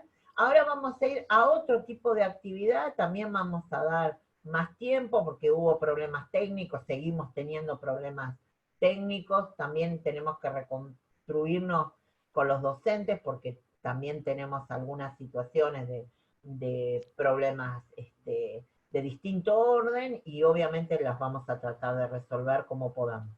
Ahora, lo cierto es que vamos a plantear una actividad 2, después que termine el segundo plenario, ¿bien? O sea, así ya tienen algunas cosas más claras, y va a ser distinto, ya no va a ser de verdadero falso, ¿bien? Va a venir con otro formato que también aparece en el parcial. Anduvieron bastante bien en general con los verdaderos falsos, pero bueno, es una práctica, ¿bien? Y lo mismo va a venir con esta actividad 2, con otro tipo de prácticas sobre, por ejemplo, autores o sobre un documento, ¿bien? Como para poder hacer. Yo sí puedo hacer dos cositas, 2 aclaraciones y 2 pedidos. El primero, por favor, esta clase, si la van a desgrabar, no la estudien. ¿Por qué les digo esto? la van a desgravar y les va a servir. Porque es un periodo muy largo, yo íbamos chateando con Juanjo y viendo algunas cosas, donde tenemos muchos puntos conflictivos, puntos de ruptura y puntos que son muy profundos. Entonces, si pretenden estudiar solo de la clase, olvídense. Olvídense, o sea, desde la cuestión de los justos títulos, las diferencias con las leyes de Burgos, la situación de las instituciones, cada uno de los documentos vamos a encontrar que hay situaciones muy complicadas. Si la usan como seguimiento, les va a servir para ir leyendo y ver todo, pero en eso ténganlo en claro porque son 2 de las unidades donde hay que leer absolutamente todo. Absolutamente todo, porque además son ejes que siempre entran en los exámenes para analizar. Y con el tema, yo algo quería decir con el tema de las actividades, a veces que no lleguemos a contestar una por una, no significa a veces que no las veamos todas. ¿Por qué? Por eso tratamos de dar algunas contestaciones que son generales, porque lo que vemos es que en el sistema de foros a veces se van repitiendo las respuestas, se van repitiendo algunos de los errores y algunas cuestiones. Por eso, la idea es que haya una devolución generalizada que les sirva para trabajar e interpretar ustedes. Porque uno ve claramente cuál es la situación. Nosotros le hicimos en el caso del que estoy yo, a ver si estaba el verdadero o falso, si las dos eran falsas. Y a partir de ahí, indicar cuáles son las cuestiones. ¿Por qué? Porque todos redactaron las frases de distinta manera, porque todos ponen una coma de distinta manera. Entonces, la idea es que ustedes vean y lo vayan procesando e interpretando. Esto no es un trabajo práctico, no es una condición para seguir avanzando, sino es algo que les tiene que servir a ustedes. Cuando hay duda, cuando nos han mandado por privado, eso siempre vamos respondiendo, pero en general muchas de las contestaciones globales lo que apuntamos es que les sirvan a todos, por eso el formato de foro, y por eso le insistimos en seguir anidado, porque ustedes pueden ir viendo, comparando con las respuestas de sus compañeros, y además viendo cuál es la devolución que nosotros le hacemos para que les sirva. Si no, sería, o sea, mantendríamos eso de cada uno presente una respuesta y nosotros contestársela. Y el sentido es que esto sea enriquecedor para todos. Con relación a eso, ya sabemos que seguimos con los problemas o tuvimos algún problema con la Comisión 1. Yo sé que Ana Laura hizo devolución ya, así que vamos a ver si es que no aparece, porque ayer hablamos al respecto con Ana, y Ana había hecho una devolución general. Por lo tanto, vamos a ver qué pasó con eso, si es que salió o no. Bien, pero yo sé que Ana Laura había hecho algo, y Walter Walter y Ani López había estado contestando otros, pero bueno, esa comisión no sabemos, vamos a ver si en la actividad 2 reestructuramos de otra manera, hacemos otro, porque esa es la única comisión que lamentablemente fueron problemas técnicos que hasta se hizo otro foro, no sé, hubo 1000 alternativas y no pegamos ni una.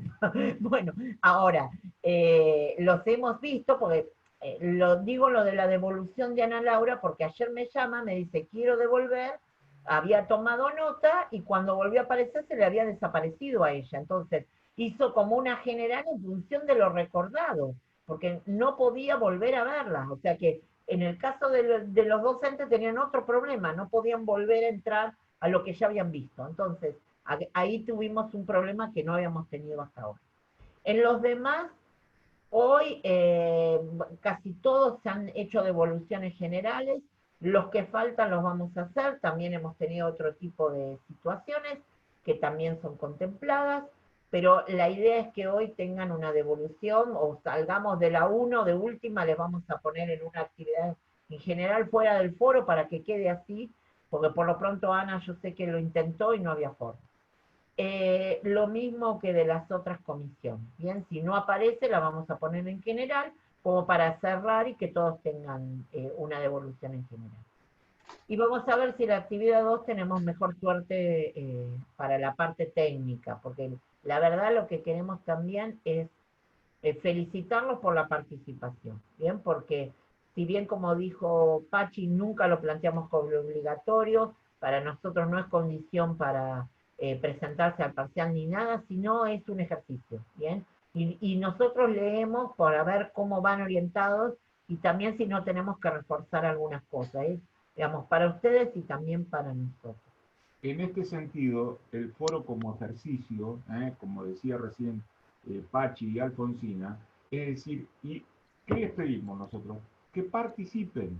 Es decir, se equivoca el que hace, pero entonces no tengan miedo, porque justamente está puesto para eso, no es limitativo de nada, no tiene, es decir, justamente para que cuando ustedes lleguen, es como un proceso de entrenamiento, cuando lleguen a la instancia del parcial, van a tener ejercicios parecidos, algunos por ahí con otro nivel de profundización, pero si yo no lo hago porque tengo temor, es decir, ninguno del equipo docente lo que le va a dar es una devolución grupal o en algo que, como fueron las devoluciones que se fueron haciendo, o en algunos casos individual en cada una de las comisiones, pero bueno, justamente para que lo hagan, no tengan miedo y sigan participando, que lo han hecho en un número importante, es decir, nosotros quienes cursaron el cuatrimestre pasado no tuvieron esta posibilidad del espacio, entonces el foro se enriquece con la participación de ustedes.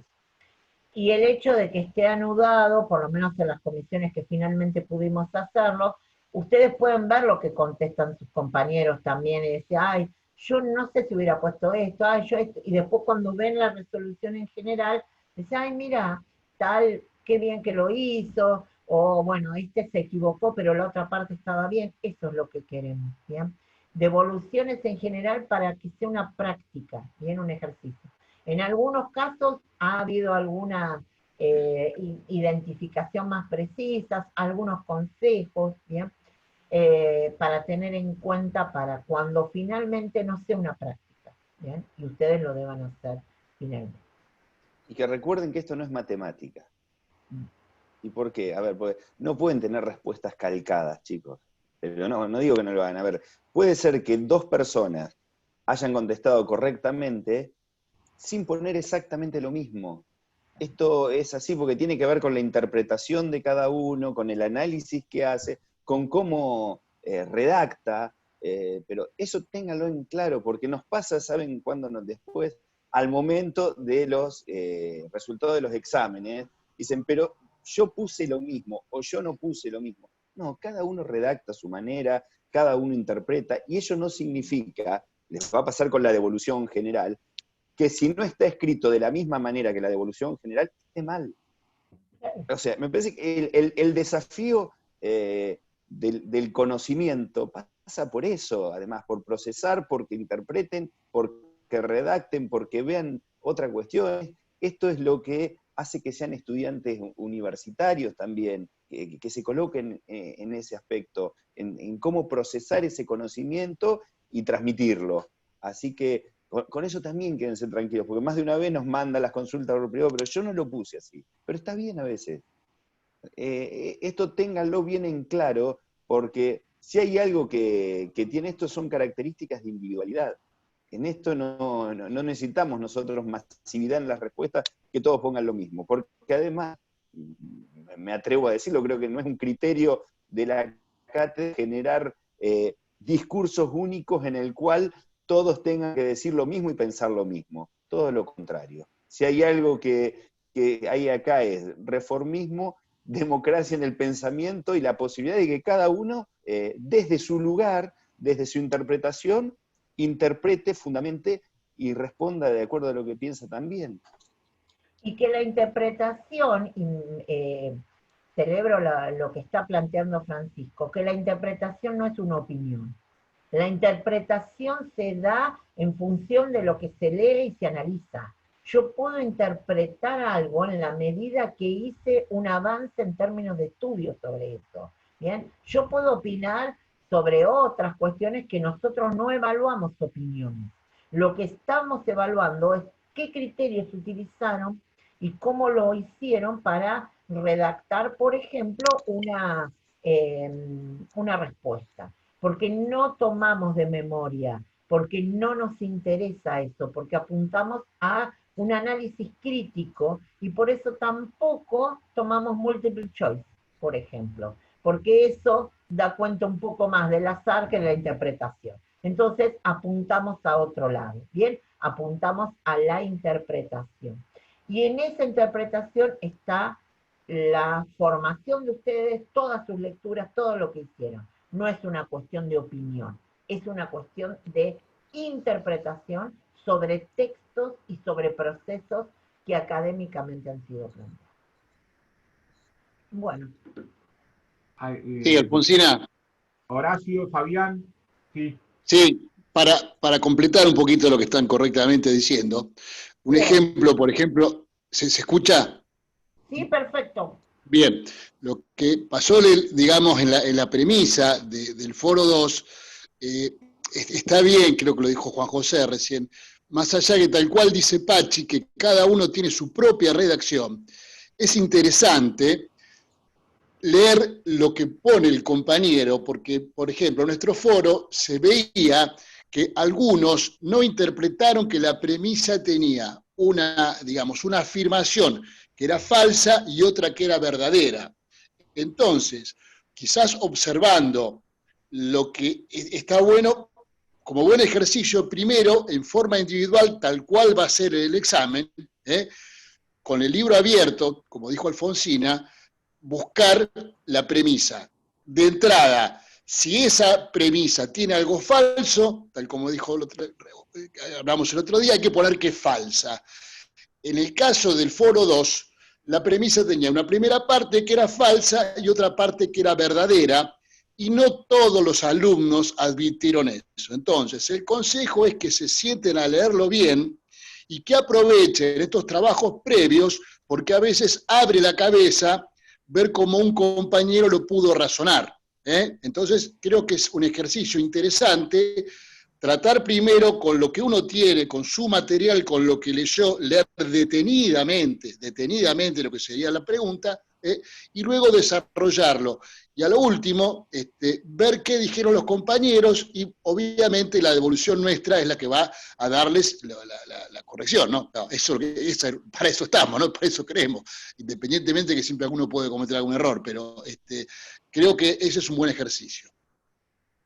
Exacto, gracias, Horacio, es verdad. Es aprovechar todo, o sea, el espacio que tenemos para contestar bien, mal, es un ejercicio. Nadie los va a juzgar por eso, pero las prácticas solo se pueden realizar si se practica. Si yo quiero aprender a andar en patineta, indudablemente voy a tener que subirme a la patineta. Voy a poder ver todos los YouTube, digamos, de videos de YouTube para andar en patineta. Ahora, si no pongo un pie arriba de eso, no hay forma que pueda funcionar jamás, ¿verdad? Salvo que haga un invento y recorte y pegue imágenes y aparezca yo andando en patineta, lo cual es absolutamente improbable desde ya se nos abierto. Pero si no practico, no hay forma de que alguna vez aprenda. Entonces, conclusiones, cada actividad va a ir orientada, no solo en términos de las guías, de las unidades, de los videos, sino a distintos formatos. Bien, nos interesa eso, que ustedes aprendan algunas cuestiones que vamos a ir dando. Bien, a partir de las actividades se van a ir viendo. Bien, la extensión o no, eso está planteado en las actividades. Así que presten atención a cada una de ellas, porque no siempre van a ser del mismo tono. La próxima que viene no es de verdadero o falso, ¿bien? Es de otro tipo, ¿bien? Sorpresa, sorpresa. Ya se van a enterar a la noche de hoy o mañana a la mañana. ¿Bien? Pachi, ¿querés decir algo? Ah, está Fabián Macitelo, también otro de nuestros profes. No sé si quiere decir algo. ¿Me escuchan ahí? Sí, te escucho, Fabi. Sí. Te escuchamos. No mucho más que agregar. Yo creo que hay que prestar atención a las lecturas obligatorias por el rigor científico, y siempre digo lo mismo: estudiar es como salir a correr y hoy corremos 100 metros, hoy leemos 10 páginas, y es entrenarse, más que son ingresantes a primer año de la facultad. Y creo que en lo posible sentarse a estudiar, a algunos les costará más, otros menos, de acuerdo a las obligaciones que tenga cada uno.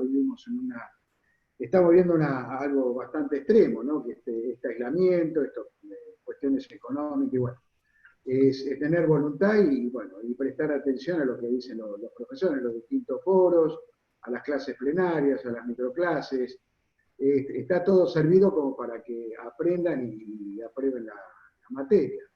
Más no se puede hacer, nosotros también estamos en una situación bastante particular, a mí me cuesta muchísimo la parte tecnológica, ustedes lo saben bien.